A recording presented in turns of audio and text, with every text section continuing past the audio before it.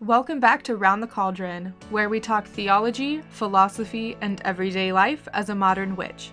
If you like the show, please leave a review wherever you listen to help other witches find me. Don't forget, you can help support the show at patreon.com/roundthecauldron for as little as $1 a month and get patron-exclusive content. If you're ready to hop into the show, grab some coffee, pull up a seat, and join me round the cauldron. Today I have on my sister-in-law. Her name is Elizabeth, but we're going to call her Turtle because I've called her Turtle the entire time I've known her because that's her nickname. And I think it was a good 6 months before I knew what her actual name was. Does that sound right? Yeah, that sounds pretty valid. She's Turtle. She's Turtle to everybody that she knows or that knows her. So that's what we're going to call her today. And today we're talking about going back to our roots. And for me, the topic came up because of everything that's going on right now. And I see so many people, they're like, how do I grow this plant? Or how do I bake bread? Or let me learn a new craft or a new hobby. And I'm just like, yes.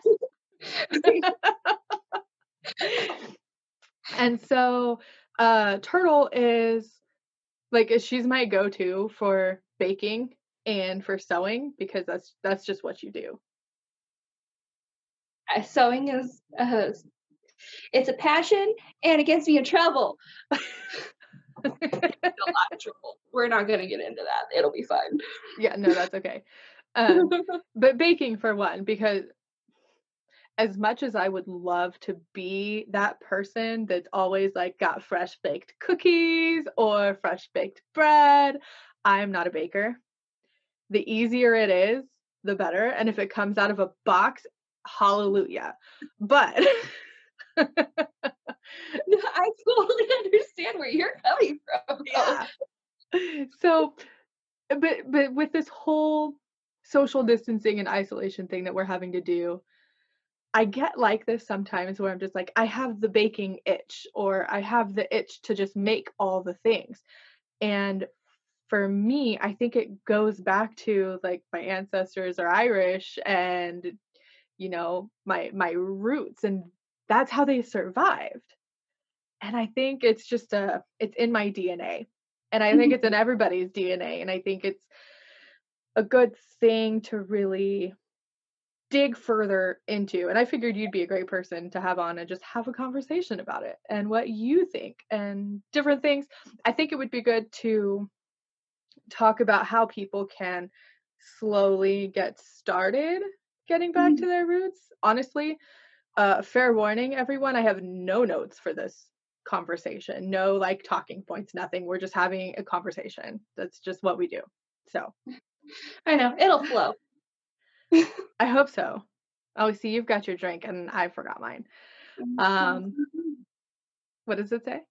Queen bee. That's so cute. I'll have to take a picture for the podcast listeners and post it up there so that they can see it on Instagram. Or you can post it because I can link to your Instagram and stuff. Oh, perfect. Cool. Okay, so everybody that follows me, I'm assuming, knows that I crochet. I've been crocheting for a very long time now, and I can basically make almost anything, I want to say. I'm getting ahead of myself and I'm tooting my own horn, but hey, I'm proud of it. I can sew a little bit. I don't currently have a sewing machine, and I can embroider, and I can knit, but I'd prefer not to. So I think my roots and the things that I get back to have to do with a lot of the crafty stuff and the creation. So what are the things that you do that really connect you to your roots and your ancestors? I grew up cooking and baking with my grandmother, literally since the time that I had to sit on the counter because the chair wasn't tall enough. And I've always just been my grandmother's little minion, and I was always right there all up in her grill every time I went to go see her, and it just kind of developed from there where it became this very soothing and maternal thing where, to me, it's a lot about, like, that connecting, and I get happy when I see other people be happy, and so whenever they realize that all of this time and effort and patience with baking. Blood, sweat, and tears. Yeah. Sometimes literally. Yes. So, but no, definitely, like, it evolved from just cooking into baking with my grandmother, and then it evolved into cake making for family and friends, and so I'd make them these big, gorgeous, elaborate birthday cakes so I didn't have to buy them presents. Fair enough. And then, like, so it became a very big thing for us to throughout the first, like, the couple of months before Halloween to start really thinking about what we're gonna wear, Mhm. all that. So I didn't start making quilts, I didn't start making apparel, I started making costumes. And the nice thing about a costume is that even if you only wear it once and it falls apart, that's fine too. Oh, yeah. Yeah, for sure. So I guess we should give a little bit of background on why I thought you would be a good person to have on a witchcraft podcast. Do you want to talk about that a little bit first about Yeah. your practice? That way Um, people aren't just like, who's this random person and what does she have to do with witchcraft and magic? mm. No, I would have to say I've been practicing witchcraft for about 5 to 6 years. Started out as, Wiccan, and really it's just kind of been evolving since then. Mhm. Um, my husband is a Norse pagan, so we have a very eclectic household and follow a lot of traditions. My family is Jewish and Christian, so I have a lot of roots in a lot of places, and it's kind of just morphed into this very beautiful, eclectic, hodgepodge. It's And really funny that my brother is now a Norse pagan. That you have the unfortunate pleasure of being married to him. But oh, I'm spoiled brat, you no, need no, some. no, I'm just kidding. I'm just kidding. No, Only a little bit, am I kidding? it's okay, he's at work most of the time, I don't have to deal with shit. Oh, Sorry. see, there you go. No, you're fine. It's okay. Beep. Yeah. Sorry. That's okay. So what do you feel is I don't know, like, do you feel like there's just something going on now deeper, like on a deeper spiritual, more universal level that's got all of these people saying, yes, let's get back to our roots besides the pandemic that's going on? Do you think that's allowing for like a shift in consciousness, an energetic shift? Because as an empath, I can tell you right now, I feel it on a deep level and it gets to me sometimes. But Oh, no, I don't know if I'm alone because I also have, like, mental health issues that I'm just like, "Maybe I'm just crazy," but, you know. no, I feel like, now that people are kind of shifting their priorities, and I know with the way a lot of people live, like, nowadays, a lot of their priorities are so time focused. I have a certain amount of time here. I have a certain amount of time at home to sleep, to go to work, to cook dinner, and Mhm, it's all very like time focused. So now that I feel like that's kind of shifted, it's turned into almost like a survivalism. Like, okay, now that those things that I've witnessed aren't necessarily readily available, and I think it just kind of turns on like almost like a primal switch in their brain where they're mhm, just saying, okay, now I need to fix it myself. And I mhm, love that because I feel like a lot of people, once they actually get into sewing and baking and they actually see all that work that it took at the beginning, there's so much more appreciation. Um, and just joy doing it and learning that new skill and having that and honing it, and I feel like it's just it kind of builds up in its own way. yeah, But no, definitely I can tell, like you were saying, an energy shift where I feel like it's more less everybody focusing on everybody else, more focusing on what's happening with me and what I need to do. And it's Mhm. honestly can be a good thing or a bad thing. If you focus on it too much, of course, you're going to drive yourself nuts. And I think we've seen enough of that. Yeah. But those I'm people, surprised that people haven't figured out a way how to make their own toilet paper. oh, I've had this conversation with Eric. For those listening and watching, Eric is my brother. I know, I should have asked. But Oh, well, I don't care. I don't think he's gonna care either. I Um, know. and I think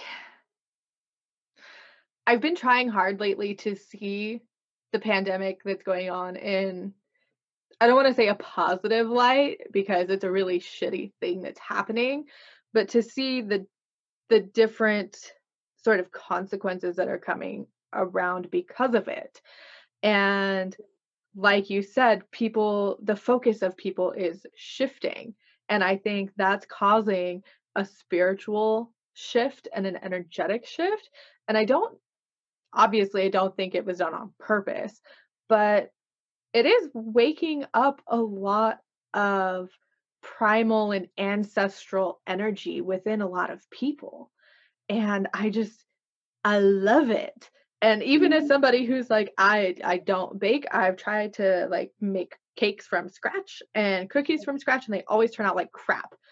But I get in that mood where I'm just like, I just want to bake all the things and I want to make my own bread and I want to, you know, I do all of the cooking and making everything from scratch. And for me, I think it is part of like ancestral DNA. Like that is encoded in my DNA, but it's not something that is always active because we don't live in the past. We live in a modern time where I can go to the store and buy a loaf of bread for 84 cents and it takes like this much effort, like nothing. Yeah. And I mean, you know, but I do feel like part of our DNA, this energy that's within us is waking up Mhm. and trying to like bloom like a flower. It's just trying to Mhm. burst out and I think we need to embrace it. But I know there's going to be a lot of people out there who are going to embrace it for the time being, but then as soon as everything opens up, they're going to just toss it out and they're going to go back to doing it the way they were doing it before. So, Right.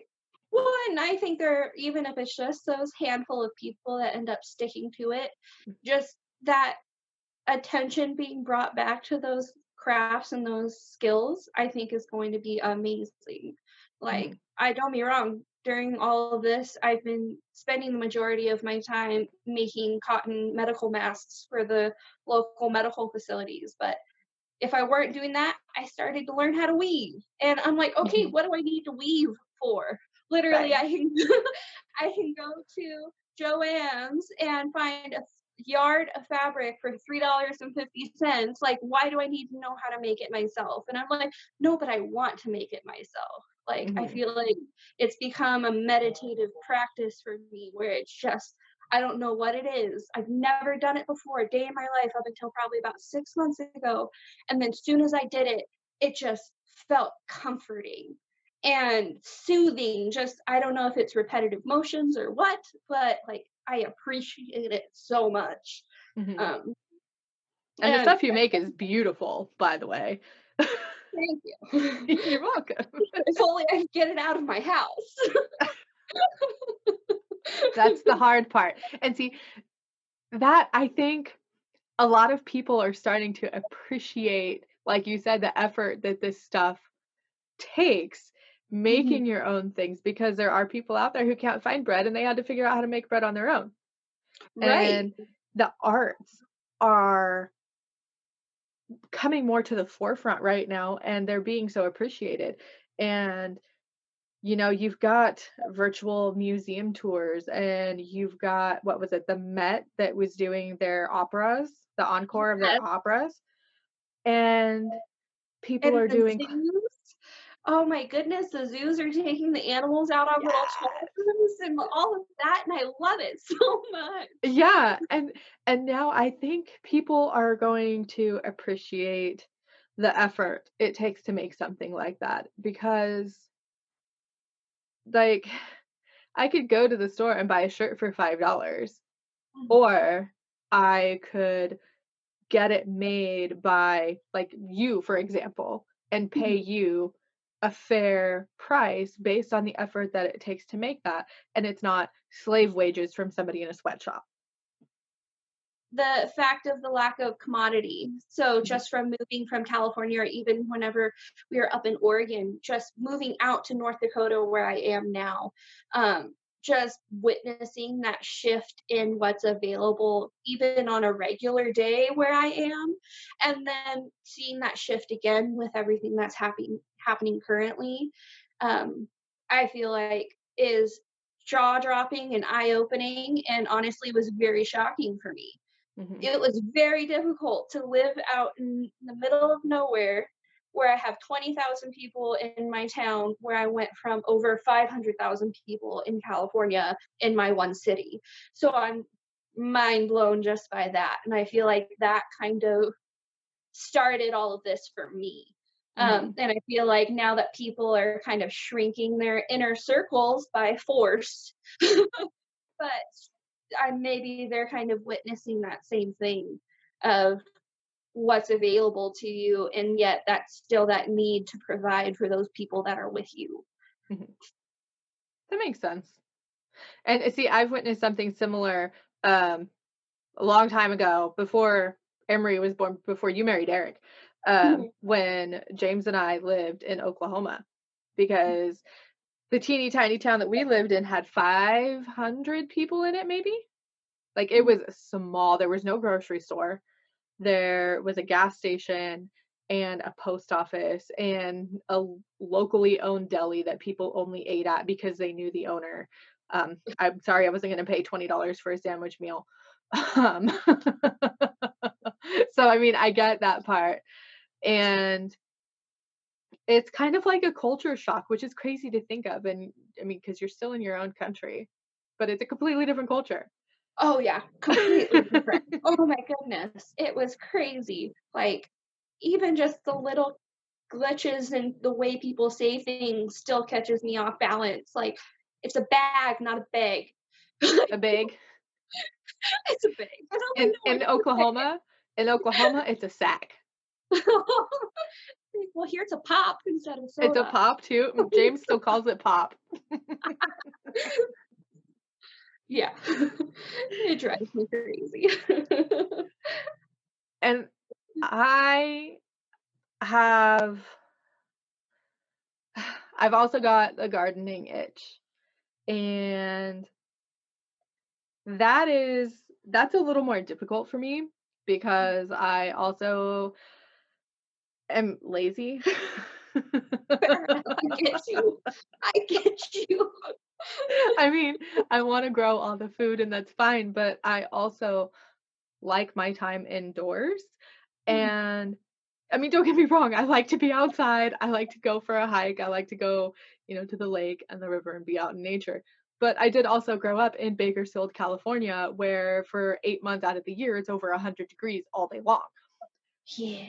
So, I think I think my inclination to be indoors comes from the fact that it always sucked to be outside growing up, Yeah. but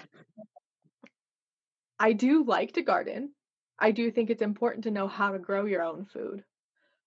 And I'm of the opinion that everybody should try it at least once. I mean, I have some Emery and I just planted some rosemary and some thyme, and what else did we get? I got a couple other things. And I got my white sage to germinate and sprout, and I have 2 little sprouts. I'm so excited. a friend of mine is sending me Carolina Reaper seeds, and, like, he was complaining how difficult they were to germinate, and then he got 2 of them to germinate, so he had 2 tiny little seedlings, and then his cat ate them, and he was devastated. So I'm like, "They become your children." Oh my gosh. And see, with white sage, I have always heard that it's really hard to germinate. Now, these seeds, I ordered them online and I got a packet of 100 seeds, I believe it was, for like, I don't even know how much it was gonna, I don't even know how much it cost. I'm not even gonna guess because I'm gonna get it totally wrong. Um, but it was a pack of 100 seeds, and I got this big old pot outside, and I put all 100 seeds in it because reading, because I've never grown white sage before, reading about it, when people try to grow white sage from seeds, Mm. it's really hard to get to germinate. So it's got like a, I don't, a less than 10% germination rate. It's like ridiculous. So I'm like, I'm gonna Sounds put, like lavender. Oh my gosh, I can't yeah, grow lavender for my life. yeah. So I'm like, I'm gonna put all of the seeds in this pot, and we're just gonna see what happens. And I've got two that are sprouting out of 100. So, I mean, I guess that's 2%. I had a good enough chance of getting at least one. Right? But but I have always enjoyed gardening, and the the fruits of my labor, pun intended, seeing, like, the zucchini that we had last year, oh my gosh, they were so big. And Mhm. then the onions, and we tried to grow, oh my gosh, I wanna say cauliflower, cantaloupe, that's what it was. Oh, I was like, "I know it's not a vegetable, it was a melon." Um, we tried to grow cantaloupe, but those don't grow very well up here. I Um, can and we imagine. had some strawberries, but it's hard to it's hard to grow in this zone because of the climate, but also because we're in the high desert. Like, I'm Mhm, pretty sure the entirety of this area is built on top of lava rock. mhm, Like, the ground is rock. mhm. I have, like, no dirt. The dirt that I do have and the soil that I do have is from planters that were already here when we moved in. Yeah. So, but I have the gardening itch and I wanna grow all the things. So, and I know you like to do your garden. So, what have you planted? I know you said that you, um, planted some seeds the other day. Oh my goodness, we kind of I haven't had the chance to start a garden here in North Dakota yet, so this is our first garden while we're here. And I honestly have no idea what will grow well in a home garden here, so we kind of just planted a little bit of everything. So we have like 6 different varieties of squash, we have cabbage and arugula, we have onions of like 2 different types, and peppers, and it's just I really don't know what's gonna take and what's not gonna take, and Mhm, so I know that the farms that are out here, they really only grow corn, canola, and mustard.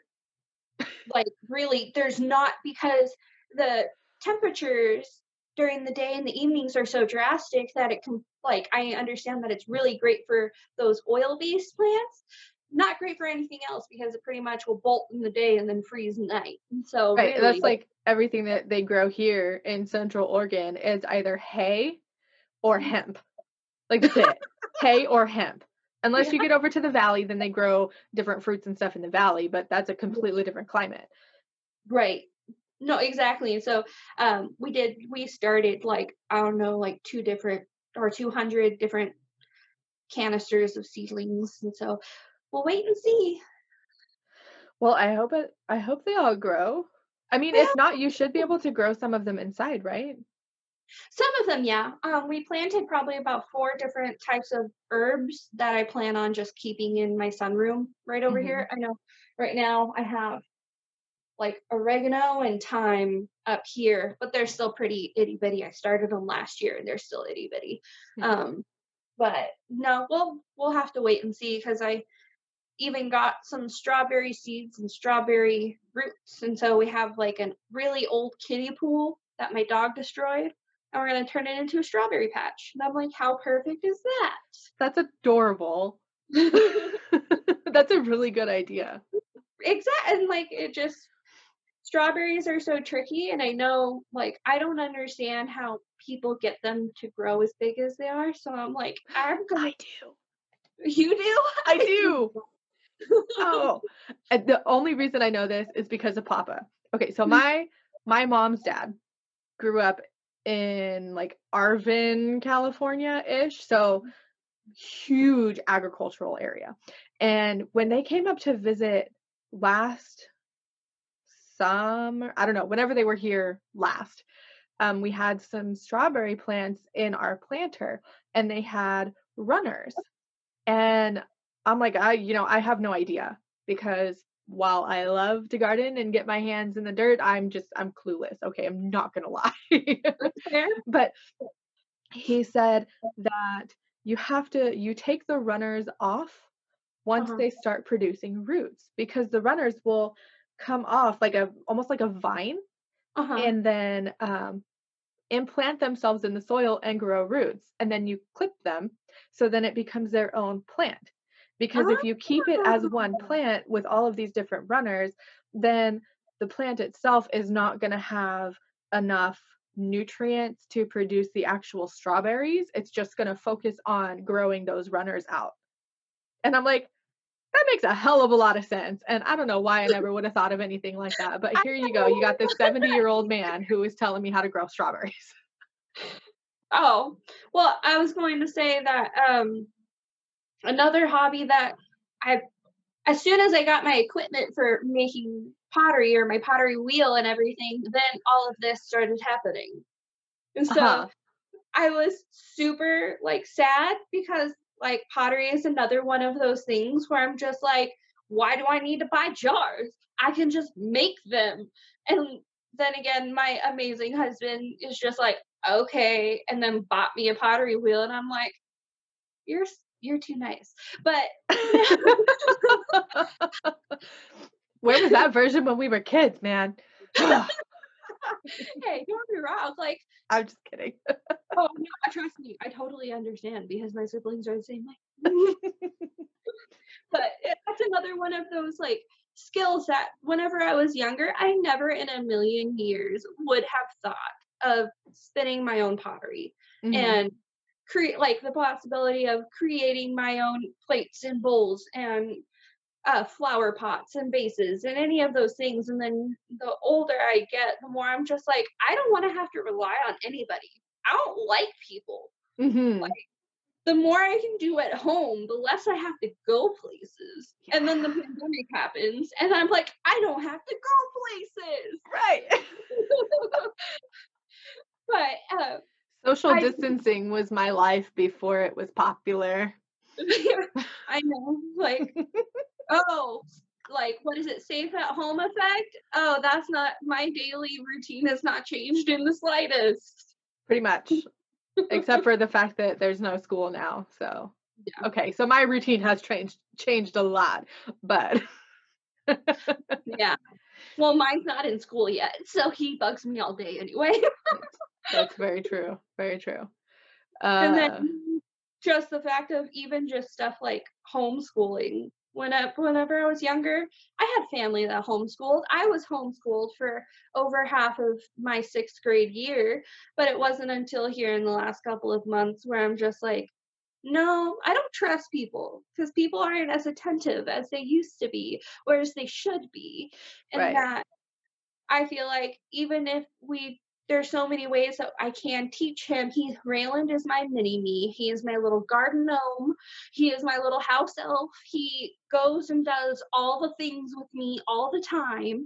And I feel like I'm just like I can teach you stuff and teach you actual skills. Like Yeah, yeah, so so Emery and I just baked cookies, and, I turned I turned it into, like, an impromptu math lesson about how many quarter cups will I need to fill this 1 cup, and mhm. she's like, "I don't know, mom."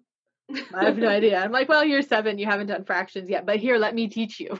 Exactly. And even if it's just water, like, okay, fill that up. How many times did you have to fill it up and put it in that one cup?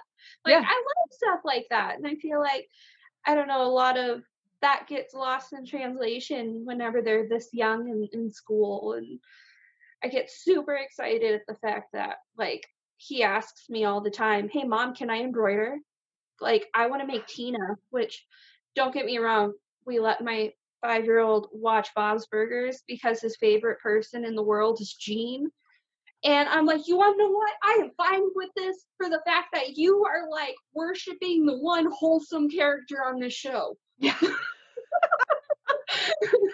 We are those parents that don't really like, we filter what our kids have access to, but we don't shelter them, I guess you would say. Well, and I feel like if there's too much sheltering, like, a lot of it they're going to see anyway. Oh, yeah. So many kids nowadays have tablets, and it doesn't matter if it's YouTube or Roblox, like, they're going to see it all anyway. My son was asking me about Rick and Morty the other day, and I'm like, "You don't watch Rick and Morty. Like, Yeah. where's that coming from?" Yeah, exactly. Yeah. So, what do you think are some things that people can do to get back into touch with that sort of ancestral roots, the things that their ancestors might have done? Obviously, things have been modernized. Like, I don't have to bake bread over an open fire or in a what, like a Like a Dutch wood oven. oven. Yeah, Mhm. yeah. Uh, I I have love a them. regular oven. See, Eric knows. He's like, "You're gonna end up having 2 wood ovens in this, like, kitchen I'm gonna build you," and I'm like, "Maybe."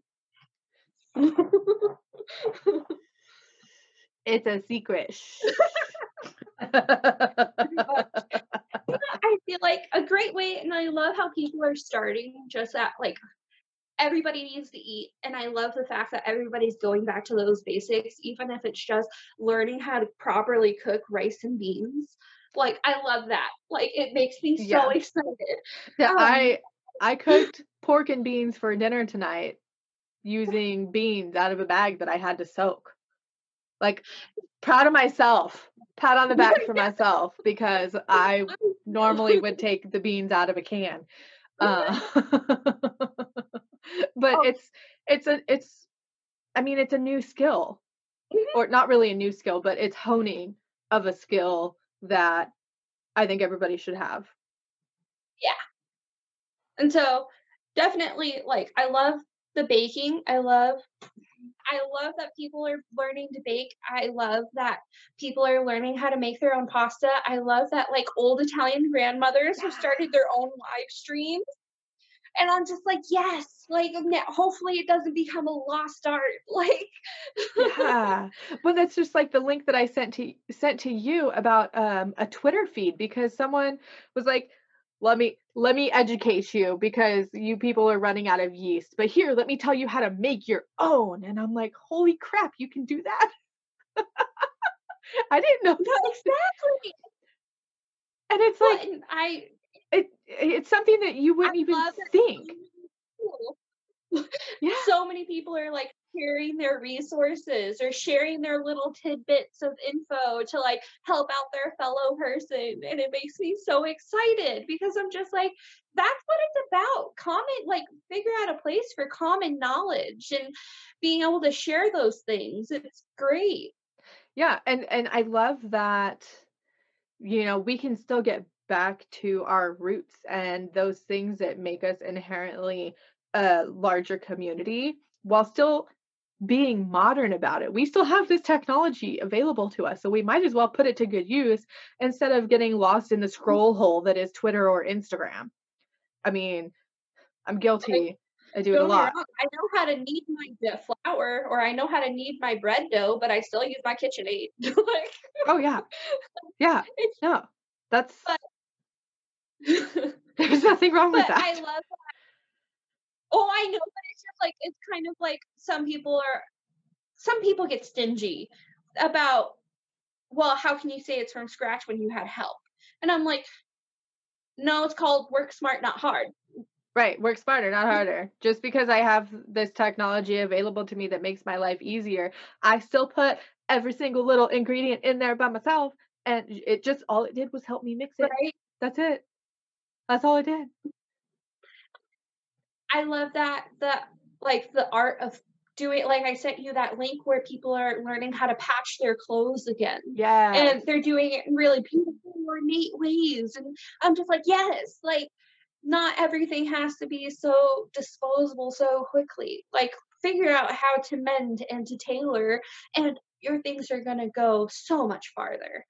Oh, yeah, and I think that that's really important anyways, especially since we are now having this shift in consciousness and people are realizing that humanity is the plague on this earth, essentially, and Mother Nature would be okay without us. It's been a couple of weeks and wildlife is returning to areas that there wasn't wildlife before because of human interaction and you know there's less pollution. So I think this is really going to cause people to move to a more environmentally friendly way of living.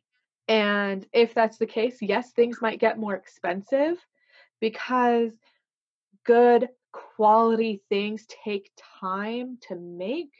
So having those abilities to Mhm. mend and sew and tailor are really important because you're going to get these like say you get a pair of pants and you paid a good amount of money for them and you wear them forever because normally when they're better made, they last longer, but they get a hole in them. You're not gonna wanna just chuck them out and go buy a new pair because you spent 50 bucks on them. You're gonna want to figure out how to fix them. No, exactly, and even with just like, don't be wrong, the basic weaving that I'm doing now is like shawls and blankets and things like that. But even just looking into like, okay, if I'm thrown into the middle of nowhere, give me a sheep and I know how to do this now. Yeah, Like, exactly. give me a couple of, I don't, the spin boards. I don't. They have a name. They're not dowels. Oh, I no. don't. But give me some thin boards and a couple of nails, and I can make you a blanket. And ultimately, because I know how to do that, I know how to make any other article of clothing because I've already learned that basic skill before. And Yeah. so I think it's super exciting in terms of like how people are seeing the drastic change in the short period of time environmentally, Mhm. that it's not so much a pipe dream of trying to make things better, trying to make things cleaner, trying to make things um, more environmentally friendly and animal friendly. Now it's literally proof right outside their front door. Right, like, this is possible. Mhm. Yeah. That's And really important. yes, very important. And I feel like now people are finally unwillingly kind of getting slapped in the face with it and saying, "Hey, I'm here." Yeah. Yeah, no, there was a meme going around that was like, this is just Mother Nature's way of saying that we need to go to our room and think about what we've done." And I'm like, "That's right. That's right. That's exactly it. That's I that is even spot on." and then it just brings me back to the anarchy over toilet paper. Like It's further proof that we as a species need help. oh goodness. I think it's funny. I personally think it's hilarious. Yeah, I mean, yes and no. Okay, so completely off topic, but I was at the grocery store the other day and I was in that aisle because I needed parchment paper because Emery and I were making cookies. Um, and I'm standing there and I'm looking at what they have on the shelf because parchment paper is not something that people were hoarding. But there was like no toilet paper behind me because that's just the shelf where it was. And this lady goes up to one of the store associates and was like, "Do you guys never stock this? Like, is it just empty all the time?" And I'm standing there, I'm like, "That better be all you say, lady. You better move on because I'm about to yell at you because you're being rude, and this associate can't, you know, this associate Like, has where are no we control." supposed to pull it out of? Like Right? You're supposed to wipe your butt with it, not pull it out of it. Mhm.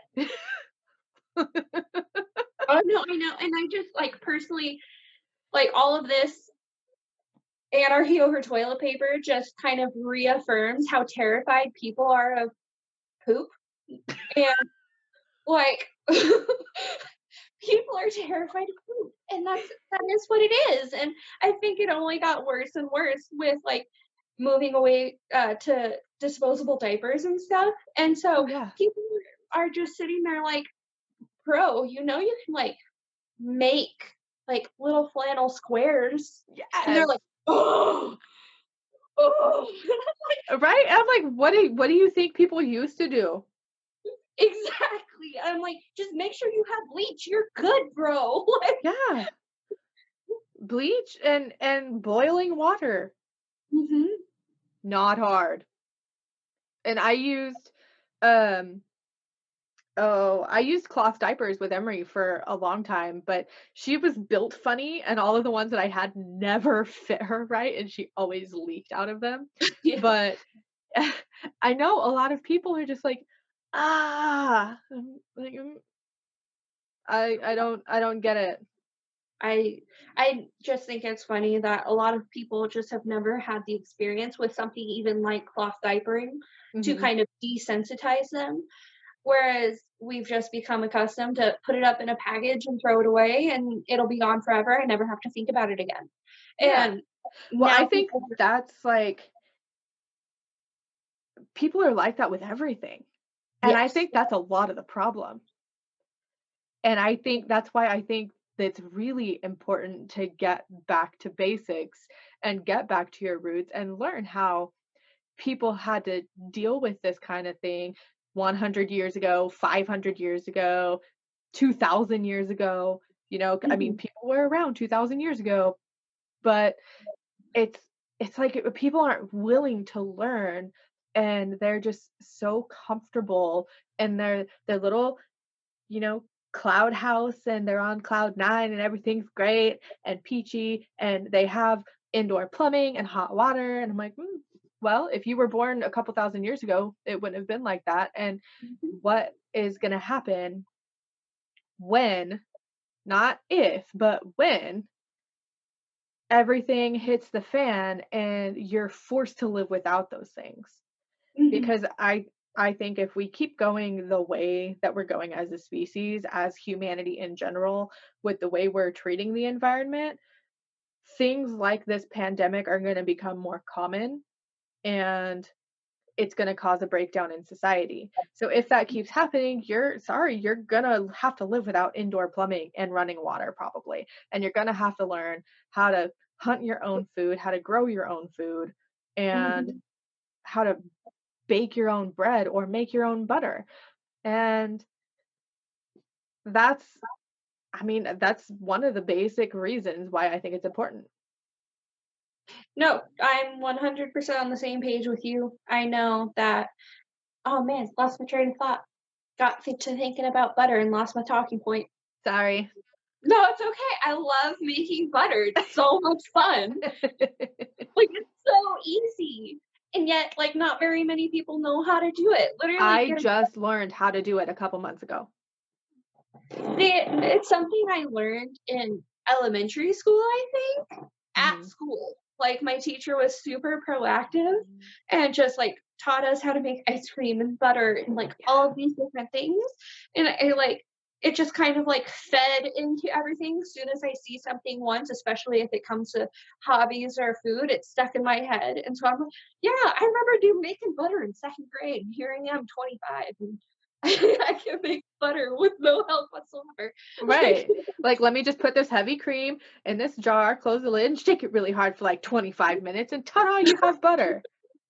Like, I had no idea. And it's even faster if you use a food processor or a hand mixer. Mhm. FYI. Or even you could use your KitchenAid too. I swear my KitchenAid is my love line. Like, Don't know what I'd do without him. Yeah. No, I get it. His name is And Charles. Charles, that's a good name for a KitchenAid. He does all the heavy lifting, it's fine. It's perfect. So, do you think I already know your answer to this, but I want you to tell my listeners.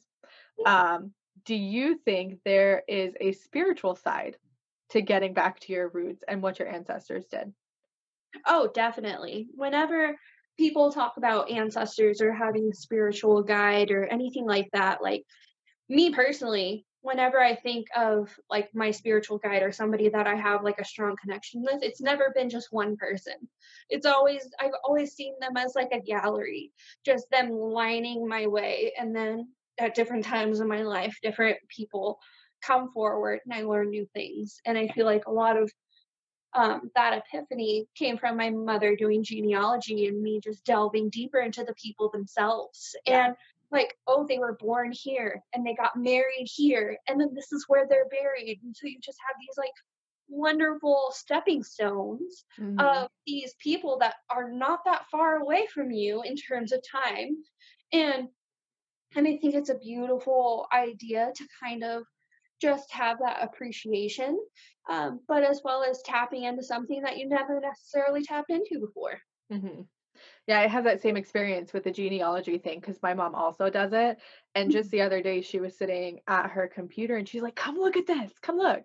I'm like, "Okay, what am I looking at?" And then she pulls it up and it says Princess Diana or whatever Diana's full name is, because I don't know, is my mom's 11th cousin once removed.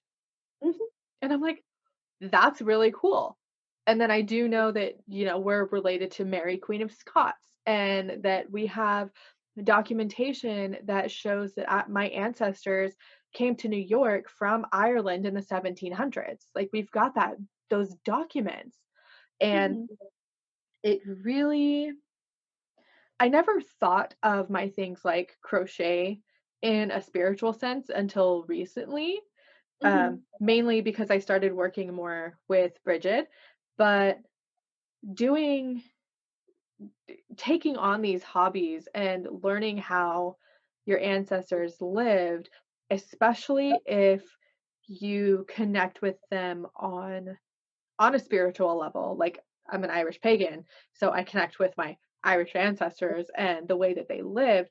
I think that's really helpful in understanding not only their lives, but also how their spiritual practice or their religious practice played into the way that they lived as well. mhm, Because crochet is, I know in Ireland they have Irish crochet, which is more free form, more lace, mhm, more flowers, which is not something that I've practiced. mhm, Working with those smaller hooks and that crochet thread really hurts my hands. But um, I know that that is something that my ancestors did. And so me taking that up and learning how to do different crochet stitches and make different things using a hook and some yarn really helps me feel connected to them on a spiritual level. Plus, working with Bridget, who is a goddess of inspiration and creativity and poetry and the forge, essentially. So, where mhm. things are built and created is just a huge spiritual connection for me.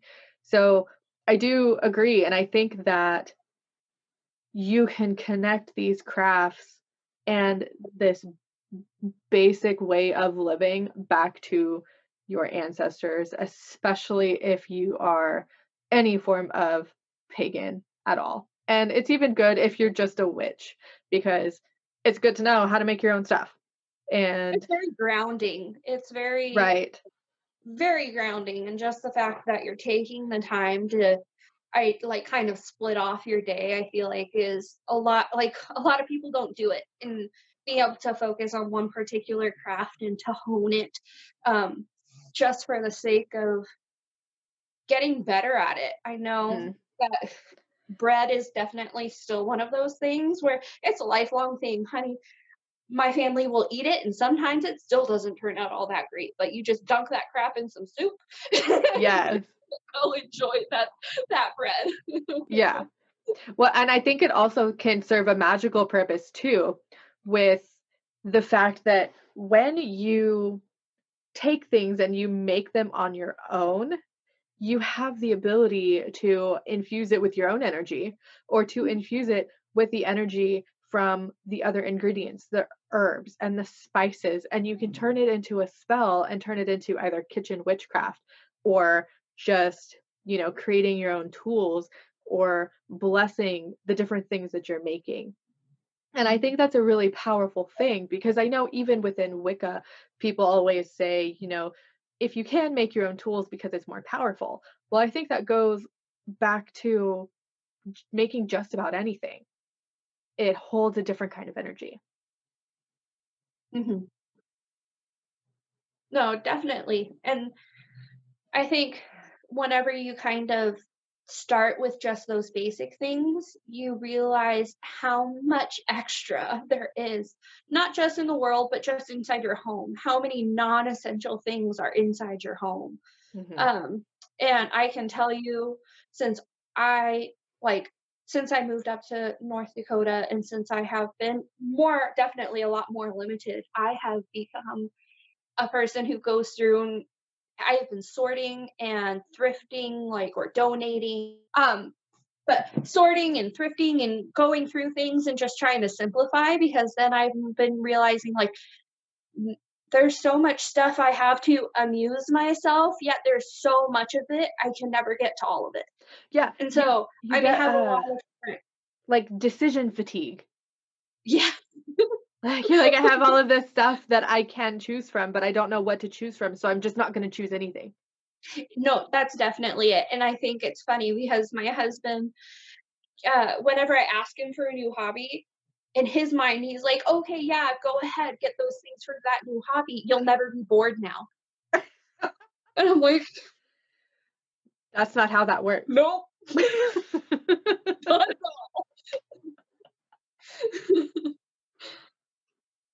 Okay, well, thank you for coming and talking with me and exploring this topic. I know we went on several different tangents, but it's fine. It's okay. It's This was all a in the very, fun.